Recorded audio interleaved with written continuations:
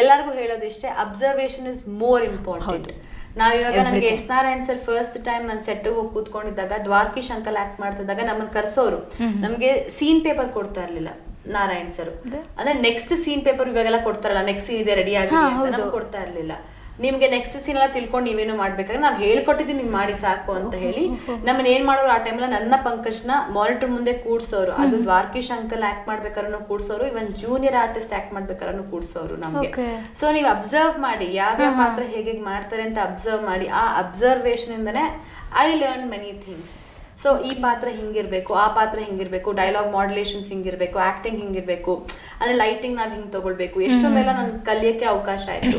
So observation ಮಾಡಿ ಮಾಡಿ ಮತ್ತೆ ಇನ್ನೊಂದು ನಾವು ನಡೀತಿರ್ಬೇಕಾದ್ರೆ ಒಂದಷ್ಟು ಸುತ್ತಮುತ್ತ ನೀವು ಒಂದ್ ಕ್ಯಾರೆಕ್ಟರ್, ಇವಾಗ ಅವರು ಒಂದ್ ಕ್ಯಾರೆಕ್ಟರ್, ಸೊ ಇದೆಲ್ಲ ನಾವು ಅಬ್ಸರ್ವ್ ಮಾಡಿದಾಗ ನಮ್ಗೆ ಆತರ ಆಪರ್ಚುನಿಟಿ ಬಂದಾಗ ನಾವ್ ಇಂಪ್ಲಿಮೆಂಟ್ ಮಾಡ್ಕೊಳ್ಬೋದು.